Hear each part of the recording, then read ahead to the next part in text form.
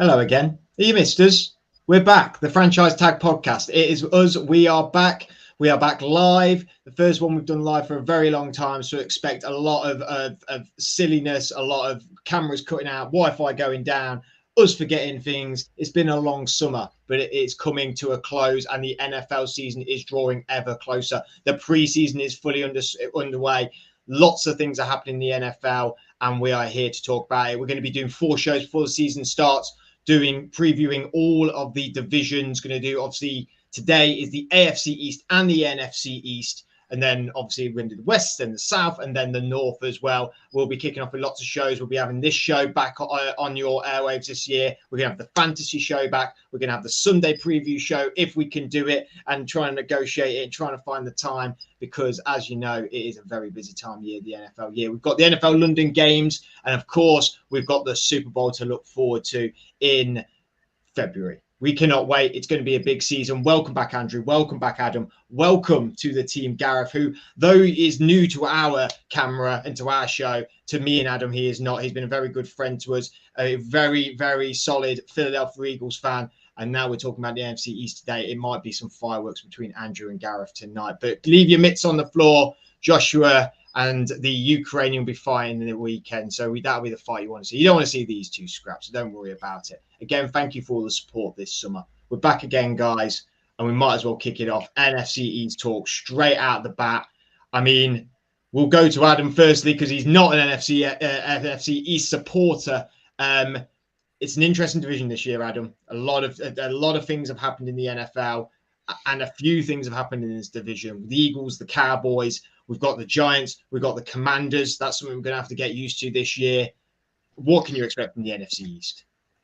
Oh, have you stopped talking? God, I was going to... Oh, Jesus Christ, it's been so long since we were never going to get to it. The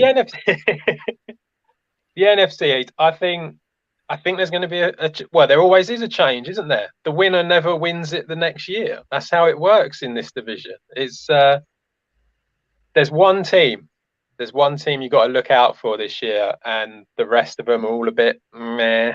And as much as it pains me to say it, I think it may well be them Eagles. So, Gareth is going to be a happy bunny. Yeah. I just get confused when you compliment the Eagles, Adam. I've known you a long while, and I think this is probably the first time I've ever heard you say nice things.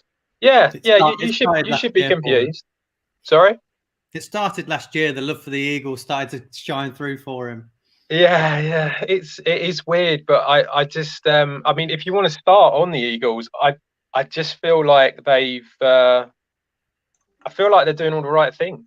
I feel like Harry Roseman's doing all the right things, which is weird because the Eagles don't normally do that. But it just they've got a decent O-line, one of the best in the league. They've got a great run game, which we saw last year, and I just can't help but feel that it's probably going to carry on.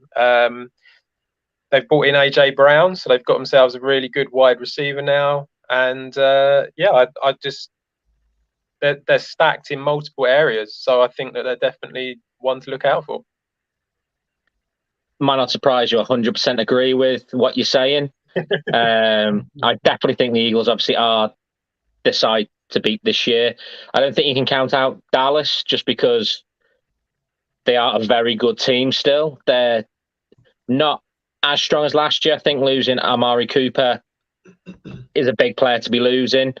The Commanders, I think the main problem they've got is, unfortunately, quarterback situation. As much as I hope Wentz turns a corner, not against us, but just because the player that he was when he first broke through with the Eagles, it just seems that those injuries, sadly, I think have affected his confidence, affected who he is, and then going to the Colts and then that not working out. I think that he's just sadly not the man to lead a team moving forward. And then, is there any point really talking about the Giants, in all honesty? Don't get me wrong, I think I did quite like their draft this year. I thought I'm going to have to double check my spelling on it. I think Thibodeau, I thought, was a very, very shrewd draft pick. But again, as I said, with the Commanders, their problem is quarterback.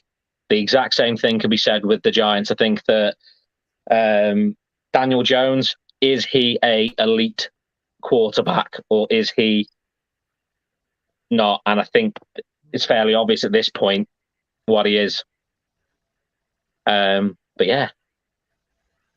I'm going to give definitely Andrew a moment to react in a second. Kayvon Thibodeau for the haters on him. Andrew was behind him day one. Thibodeau, Evan Neal, first round draft picks in the top 10. Andrew, I didn't think they were going to ever come on to the Giants. Adam talked about the Cowboys. He talked about the Eagles. Gareth talked about the Cowboys, the Eagles, the Commanders, and then just briefly mentioned that other team in New Jersey.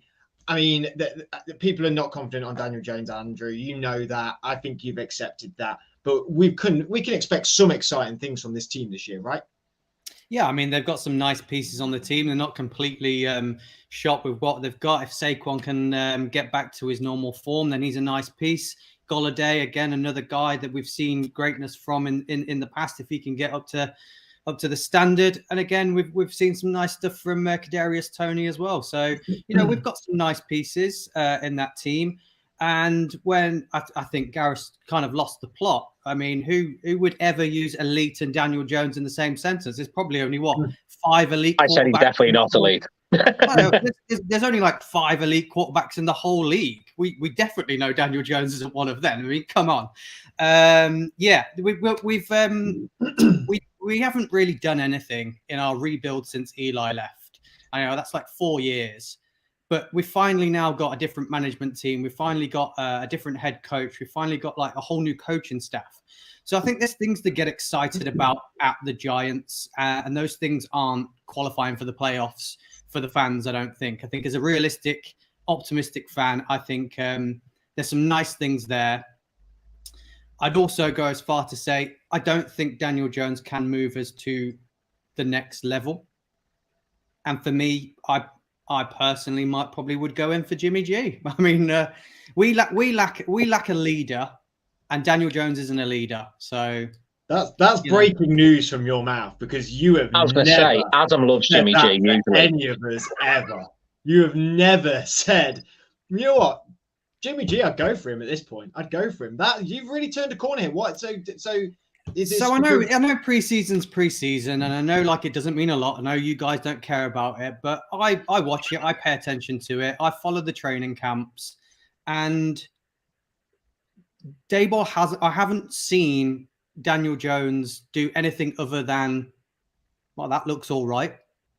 We saw Malik Willis for the Titans in a preseason game. He looked great. He did some. You saw him throw a bomb down the field. You saw him use his legs. From Daniel Jones, I'm just seeing, well, that was all right. And that's just not. It's just not really for me. And I just think that Jimmy Garoppolo what are we losing by taking him on and putting a leader in there? We've got a lot of youngsters, and he's a leader. I've always said, you can go back and listen to previous shows. I like Jimmy G as a leader. He's not like the greatest quarterback. He's not going to light up the world, but he's a leader, and that's what we need on the field, because we've now got it off the field. So I think that's the area for us. I do have to ask on that. I just don't see the point. Like, I don't get what the point of that is. I kind of feel like, because when it came to going through the Giants and what they've done in the off season, I was actually like, you look at it, and I feel like they're doing the right things. They've brought in Daboll, great. They've drafted well. They've bought, 2 great first round picks with Evan Neal and Kayvon Thibodeau. Saquon is fit. Kadarius Toney is still there. I kind of think that, these are all good things. So it's not the end of the world, but there is a limit to what can be done this season. I kind of feel like, to me, what would make sense is almost like finish in the top 10 for the draft and pick up a good quarterback coming out of college. I just fear that if that's the case, we could go down the route of the Bears rather down the route of like the Rams, where you're going to end up having those people that you've got on 1-year contracts, having those experienced veterans that we lost a couple of them last year and this year. And we've had a good defense last year, and we've lost pieces from it. Yeah, we brought in some good youngsters. And I just fear that if we just have a bad season and draft in a rookie, who else are we going to lose? Who else isn't going to buy in? And then if we just got a great rookie running around with no pieces, and I just think as a bridge gap, Jimmy G might be able to do some. If it doesn't work out, it doesn't work out. What have we lost? Nothing. Depends what you give up to get Jimmy G. That's the problem, I think, because teams have in the past gone for these like quarterbacks. Like, for example, you mentioned the Bears there. How many quarterbacks did they try, where they're experienced quarterbacks as well as the rookies? They tried everything. They went for a Super Bowl winning MVP, hoping that would work out, and that didn't. And it's all about how much he costs, because the problem the Bears did was they literally would give up the kitchen sink and everything in between to sign whatever the latest quarterback is they're going to have. And I think that's part of the problem you've got to have is if you do go for Jimmy G, it can't be for selling your future to get it. Because at the moment, your future needs to be built through the draft and good free agency. Like, to be honest, don't get me wrong, I don't think we've ever really had a truly bad run. As Eagles, don't get me wrong, we had a couple of years where it wasn't amazing. But it's about making sure you do things correctly. Like, for example, this year we went into it with a lot of draft capital, and then we didn't really come out with a lot of first-round draft players because we ended up trading for, I think, Freddie, I was speaking to you all night that night, that when we got AJ Brown, I was a little bit excited. Just seeing that move come out of the air. And it's about when you are doing these like retool instead of rebuilding, in effect. Because I know a lot of teams don't like the word rebuilding, they prefer the word retooling instead. Mm-hmm. It's about making sure that you don't give up the house to have a short-term solution. And that's the problem you're going to have potentially. Yeah, I mean, equally, we need people to buy into what we're doing. And if certain players don't buy in, they're going to check out. And we've seen Jimmy G manage to get the likes of Kittle and Samuel buy into him. And I just fear that some of our bigger name players will check out if we don't have someone they can buy into at the moment. But equally, as I've said, you know what? I've got them finishing 7-10 at an optimistic push, third in the division. So, I'm not expecting them to light up the world this year. I think we've got to give a little bit of love to the Cowboys and the Commanders, just talking about them quickly, because we've not really mentioned them. The Cowboys last year at this point were on everyone's lips because they were the stars of Hard Knocks. So, everyone was sort of talking about their camp and everything like that. This year's been a quiet thing. It came out. I was watching some of Shay Sharp and Skip Bayless a couple of hours ago, just warming up myself, trying to get in the podcast zone to see how I feel, getting back into it. And I was watching that Steve Jones has said that Dax had a really good camp, one of the best camps he's had. And Shan Sharp put the thing, well, a doctor doesn't come out of surgery and go, well, that weren't a great surgery, was it? Even though it went where, even though the person got sick, you don't go and go, oh yeah, Dax having a terrible camp. Like it seems like they're stringing along the same sort of stories of every year of the Cowboys going, yeah, everything's great here. Everything's really good. Zeke's looking great. Dax looking sharp. Defense is looking good. In reality, they lost Amari Cooper, like Gareth said earlier. Cedric Wilson's out for a while. Yeah. Michael Gallup isn't back until a few games later. They lost, though Micah Parsons is their defense, it feels like. They lost people like Randy Gregory, who played a massive part last year for them. I think it was understated how much of a part he did play for that defense. They've not brought that much in. A lot of people have said to me, but they were like, yeah, Amari Cooper going's fine, completely fine. I don't think people give Amari Cooper, told you things would go wrong on this podcast. Amari enough credit. I mean, Adam, when I'm talking about these players being there, I mean, have the Cowboys really grown this offseason, or really is it more regression really from them? Yeah, I think they have regressed a little bit. I mean, they just don't really seem to be quite as explosive on the offense as what they were last year. I think losing Cooper is going to be a problem. Just purely because losing Cooper means that CeeDee Lamb gets marked all the time. Michael Gallup, he's not going to be there for the beginning of the season. So this is a problem. They've got Jalen Tolbert, who they drafted as their number 2. Now, there's a lot of talk about him, but at the end of the day, he is a rookie receiver. So there's only going to be so much from him. I think the fact that they lost Collins on the O-line is a big loss for them. He went to the Bengals, I think, didn't he? Yeah. So that's a big loss for them. I think that they're going to struggle with that. To me, when I look at this division, and like we were saying, I feel like the Cowboys and Eagles are going to swap over. And then I feel like the Giants and the Commanders are going to swap over. That's kind of what I see from the records of last year to this year. So I think it's just a bit like that. But yeah, when it comes to the Cowboys, I don't know. I feel like it's not quite as optimistic as what it was last year. Maybe that is because they're not on Hard Knocks. Maybe that is all it is, and there is a bit more there. But it just feels a little bit flat at the moment, and I don't know. I just think they're probably. I don't know if they're still the favourites or not to win the division. But is it the Eagles now? I think they're officially still the favourites with the bookies. I thought with last I saw. Right. Yeah. But you've also even right down to when you look at the draft, like when they basically drafted what in college was a penalty machine. Was it Smith? Literally, and the excuse they gave why he had so many penalties was because he was too good. Like, who was that? Who did they draft? It was Smith, wasn't it? It was the Tyler Smith. Yeah. Tyler Smith. Oh, yeah, the O-lineman, right? Yeah, so he was their first round draft choice, which is very unlike Jerry Jones, to be fair. Like that's the kind of thing that drafting an O-lineman is the kind of thing that the Eagles do. Like they usually splash it out on the skills positions. But yeah, like a player like that who literally was a penalty machine in college, and then the excuse they gave was because he was too good at college. So that's why he gave away so many penalties. Just seems an unusual excuse. I'm that good. I felt I need to help the opposition out. No. Well, he fit right in at the Cowboys because they were the most penalized team in the league, weren't they? Yeah. Didn't they have one game where they had like 17 penalties on the offensive line or something like that? I think,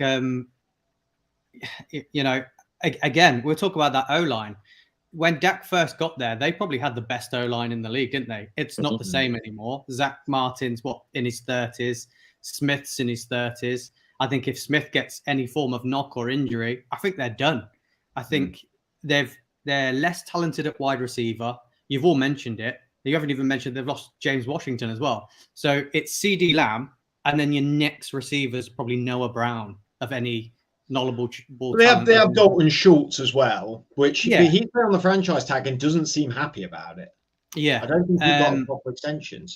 So yeah, I think they've regressed. I think that you've lost a savvy veteran wide receiver in Cooper that knows how to run routes and knows the NFL and's been around a long time, and asked a 2-year experienced wide receiver to go fill his shoes. I think he's still learning. I don't think you can put all the weight on his shoulders and say, this is the thing. I know it's the segue into the Eagles, but the thing that the Eagles have got right, and the reason they're going to be the best team in this league, is they've got depth at wide receiver. They've got depth at O-line. They've got depth at running back. That really, really helps because there's going to be injuries during the season. The Giants haven't got depth and the Cowboys haven't got depth. So a couple of injuries and they're going to tail off. And bad O-line means no run game, which means Dak is not going to be Dak. So, yeah, I think they're going to regress. But I even think that when you look at Zeke, I'll be honest, I think he hasn't progressed to the player that they paid that money for. Yeah. Like, there was points last year, he was their second best running back. It's like, why are you paying him all that money when there's actually a better guy on the field right now? And as mentioned, like, their O-line isn't as good as what it was. And that's why I said that, to be fair, as much as they did take an O-line person in the draft, it did feel still very un-Jerry Jones-like because he likes the flash, the flair, not necessarily the trenches, which has always been what we spent a lot of our time and general capital on. But as you say, we've done that quite well. Our O-line is probably, if not the best, one of the top 5 in the league. Look at some of the players that have come out of really nowhere. Look at Jordan Mailata, who was a very late draft pick, who's turned into an absolute beast. But because would you want to try and get past that bloke? He's an absolute monster. We've obviously further strengthened by adding Jurgens into the lineup as well, which feels a little bit like we're getting ready for the eventuality that Kelsey will sadly retire. I know we paid him in kegs of beer this year to get him back, I think was what the official wording was. Kelsey scouted and picked Jurgens as well, didn't he? Yeah, it was he picked his heir, in effect. And we've done that. We did that, I think, in both our O-line and our D-line this year. I think Fletcher Cox definitely had a hand in Jordan Davis. Definitely. And because he's an absolute monster. He actually, have you seen the clip of him basically running through Jurgens, basically? He looks a very scary bloke to be trying to stop. He looks an absolute nightmare. So I think that's where we are the strongest side, as mentioned. I think both sides of the ball, I think we're the strongest. So if we don't win the division, something's gone wrong this year. And that could potentially be down to what I call naive play calling a little bit. I still not 100% sold on the coach. I'm not going to lie. There was points last year where he literally just, once he discovered we could run the ball, that was basically the game. It was like, we could run the ball. We're 4-3. We're just going to run it. But we're on our own. We're in our own half. Yeah, we'll run it anyway. They won't suspect this. And I think that may be the only reason if we don't win, it would be due to naive play calling. And then obviously we've got to give it just a moments of love for the Commanders because, we've talked about that quarterback, but we still always forget recency bias. 2 seasons ago, this defense was hot, young, ready to go. I mean, do they turn it around this year, Gareth? Is Rivera getting in that? Can this be a little bit of flip year for them? They really, really underperformed last year. They were that's the thing. They obviously talk about, I've just mentioned about our head coach being a bit naive at points. You've got Rivera there at the Commanders, who is a wily old coach who's been around for a while, who knows how to get a team playing. He can work wonders with, in effect, lower graded players. Bearing in mind that a few years ago, as you say, that D line was a monster. It was a nightmare to deal with. Whereas I still don't think they will be there, but I as much as everyone else seems to put them in 4th place in the division, I've still got them in 3rd in the division. Sorry, Andy, I've still got the Giants as. Oh, sorry, last. Cowboys. No. Oh no, it's one of them. As much as I hate the Cowboys overall, they're the team that I still think is our main threat in the division. They've got too much still there in the likes of. I really rate Dak. I think not just because I've had him in fantasy football, which is probably bad for me being an Eagles fan, having him as a QB of mine, but do you know what? He gets me a lot of points. And that's what all fantasy is about, really. Allegiance means nothing in that.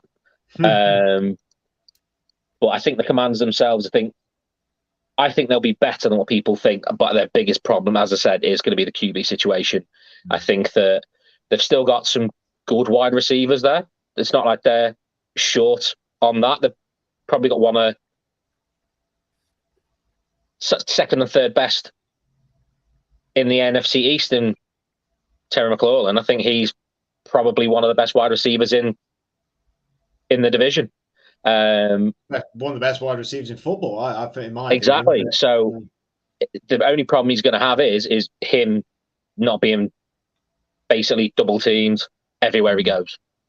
But if they can free him up, that man can make plays, and he is a star.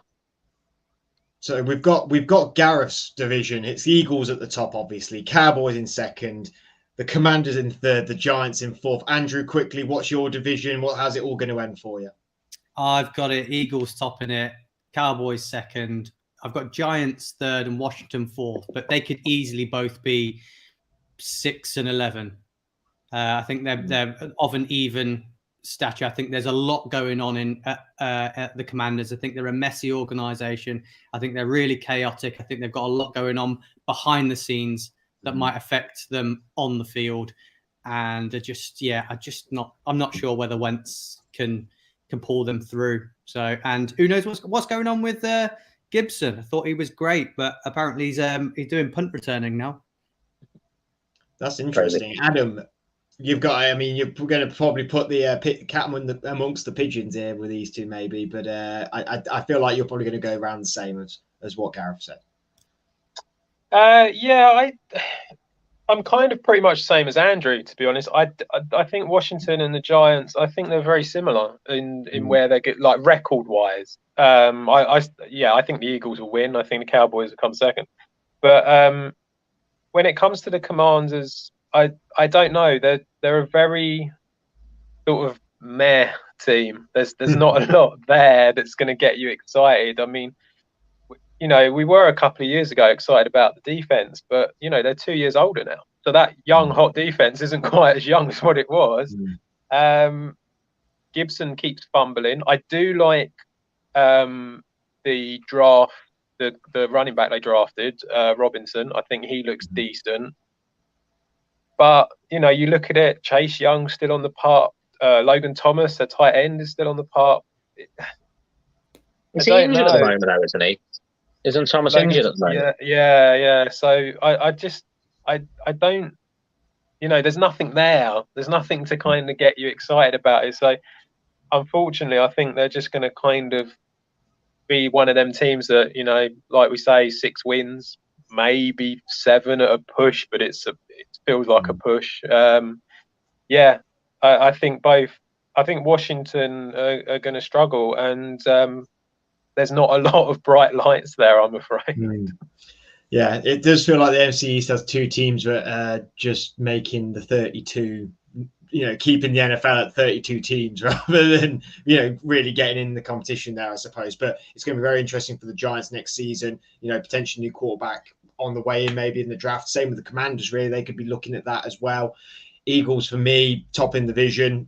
Cowboys, I don't think it can be unstated that they do seem to eke out games sometimes, but I just don't see the talent there. I just don't see the talent there to be able to override. I think I've really enjoyed the Eagles off-season moves, and I'm definitely still sticking by. We never should have took Chase Claypool. We should have taken Jalen Hurts. I've said it since the draft that night. We should have took him. Anyway, let's go on to the AFC side of the ball. Let's talk about the AFC East. Stronghold of the Buffalo Bills was the stronghold for the New England Patriots for years and years and years, but that era has ended and the Bills era has begun. But slowly behind them, the Miami Dolphins, the New York Jets, they may be getting in with an answer this year to the problem that has been the Buffalo Bills in this division.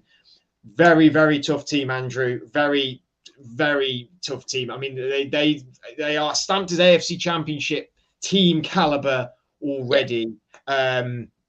We'll start with the Bills. A very close friend of ours, Byron, who probably be on the fantasy shows, a big Bills fan. I'm going to see the Buffalo Bills this year in Miami against the Dolphins. So I'm even seeing a divisional game for these guys this year. I mean, they're AFC Championship bound, the Bills, aren't they? They are just that good. Josh Allen is just that good, isn't he? Yeah. They've got a great team. I'm struggling to look at their schedule and see where their losses are coming from, if there is any. I think I've got them at the minute. I've got them losing 2 games. I think there's probably another, maybe 1 in there. But I think the Bills are always a good shout to say, that they're preseason before you can say they're a good shout for the Super Bowl. I think Josh Allen's probably the most exciting quarterback to watch at the moment for me. Anyway, can throw the ball. He's RB1. I think they've got some really, really good youngsters on that defense.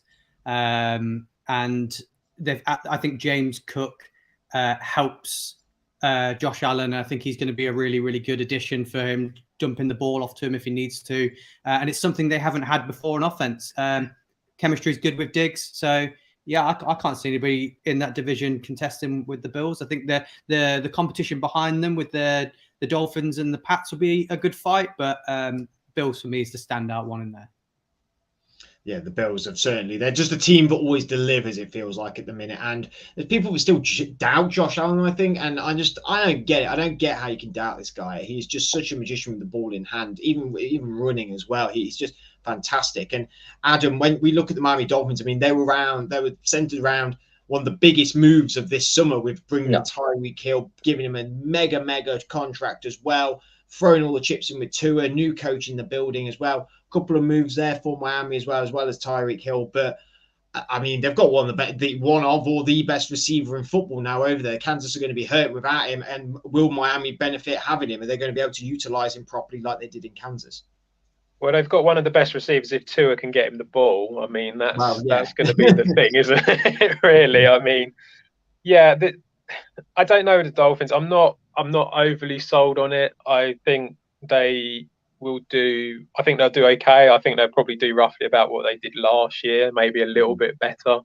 I think they had a very poor O-line last year, like very poor, and that was something that they really needed to improve. So I think Armstead coming in is a good thing. I do like Chase Edmonds there. I think it works for the type of scheme that they want to play. So I think that's certainly something. But yeah, I think the thing with Hill is I think he'll open up Waddle more. To be honest, I think that's more what's going to happen. I don't necessarily think that Hill's going to be amazing, and certainly not hit the numbers that he was hitting in Kansas City anyway. But yeah, I just feel like Waddle is going to maybe see a bit more because of that. They're going to mark Hill first. He's the main guy. So that's who the defense on the teams are going to be worried about. But yeah, it'll be interesting to see what they can do. Obviously, there's been quite a bit of turmoil there with everything that's gone on. So, Mike McDaniel's kind of knows that he's not the first choice because they wanted Peyton in there, and they've lost their first round pick for next year, and it all has an effect. So you just sort of wonder whether or not that's gonna have a cause problems for them. But I think they'll pretty much be the same as last year, to be honest, just maybe slightly better. I see them flipping with the Patriots, to be honest.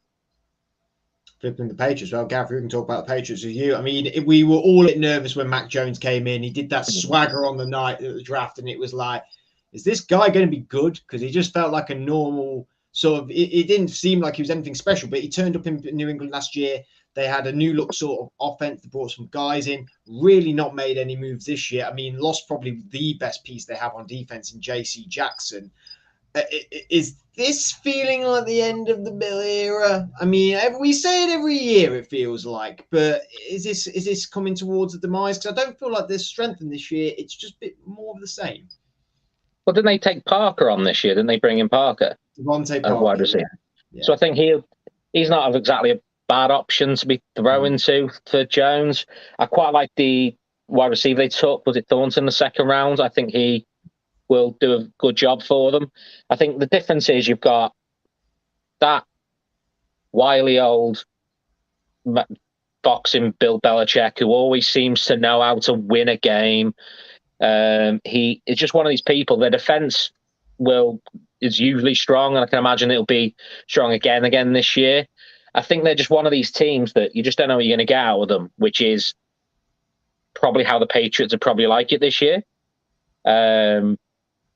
Because if they can go on and have a winning season this year, I think that'll be a success for them. Personally, if they had a winning record this year, it'll be a good year for them. But knowing Bill Belichick, he will be wanting to go all the way somehow. It's just the way he thinks. But I don't think you can ever count them out. That's the thing that I will say about the Patriots. Like, they're one of those teams that will somehow probably beat the Bills. They will probably literally beat the Bills, and everyone will be like, how's that happened? It's just because of some of the play calling. I think, obviously, McDaniel's going is probably going to be a bit of a loss as well in relation to how that offense ran, because he obviously was... How long was he there in total under Belichick? How many years was it in total? I don't know, because then he left. Long time. He went to Denver for a bit, and then he was going to go to the Colts and didn't go to the Colts. So I'm not really sure how long in total. So bearing in mind, that's going to be a big loss, because how much of the creative plays was down to him and how much was down to Bill. And particularly bearing in mind, like Mac Jones being a young quarterback, you could sometimes do with the experienced coach with you to guide you in that sense, but then you can't get anyone more experienced than Bill Belichick, I suppose. But for me, I think they're a team that you just don't know what you're going to get out of them this year. They could have a winning record, and yet they could also be as you say, could be the end of the Bill Belichick era, but you just don't know what you're going to get, I think, with them. And then we've got to move on to, my favourite team of the off. My joint favourite team of the off season, because I'm an underdog sort of guy, you know. I'm an underdog sort of guy. I'm loving Hard Knocks with the Detroit Lions. We're going to have a great time talking about them on the NFC North episode. But Jets, Jets, that's correct. Won the draft. Sauce Gardner, Jermaine Johnson. Can't remember the other guy's name, but they're all really good. Tell me I'm wrong. It's just a good thing that Buffalo's technically is in the state of New York, so that New York have a good franchise in the place. That's all I'm saying. They will improve. They'll be better than last year, but is that much of an achievement to be better than last year? Are they going to have a winning record? No, can't see that happening. Will they be like, as Andy said in relation to the Giants, will 6 wins be a good year for them? Yeah, I think it would. They'll be better, but they couldn't get much worse. I mean, we've got to talk about, obviously, Zach Wilson's injury. It looks like, Andrew, I don't think he's going to be missing any time at all. But getting an injury this early, they might say it's nothing, but this could niggle him all year. I mean, we had it last year with Baker having a really serious injury for a lot of the last end of the season, and people going, God, it's not the same Baker out there at the minute. I wonder what's up with him. And it turned out he had a really, really, really severe injury, but really hindered him. Do you think this is something that's going to sort of affect Zach Wilson for the season? We already feel like he's not the quarterback anyway, but this is almost putting him on the back foot straight away, right? Yeah, and he's well known, the way he played in college, for being one of these quarterbacks that likes to just run around until someone's free. You're literally gonna get hit in the NFL. So if he's got a niggling injury and he gets hit a few times, it's only going to make it worse. I mean, for me, leave him in there. I mean, I'm not his biggest fan. I don't think he's all the hype that there is, but he's got some skills, he's got some talent, and they have provided him with some great weapons in that wide receiving core now. I think Garrett Wilson's day one impact there. Garrett Wilson, that's his name. Mate, how can you forget him? You need to be shot. Yeah, I'd say, they picked out the best players from the draft. They even got Breece Hall as well. They've put in some nice pieces, but I can't see where their wins are coming from. They've got a really, really hard schedule. They lost Mekhi Becton's out. I know they brought in Brown, who will fit in nicely, but he's a lot older now. So they're going to struggle on that O-line a little bit still, I think. If you look at their schedule, I can't see them winning more than 4 games. I can't see them winning more than 4. So they're not going to be the best team in New York, I don't think. I think they're going to struggle. They're in a tough division.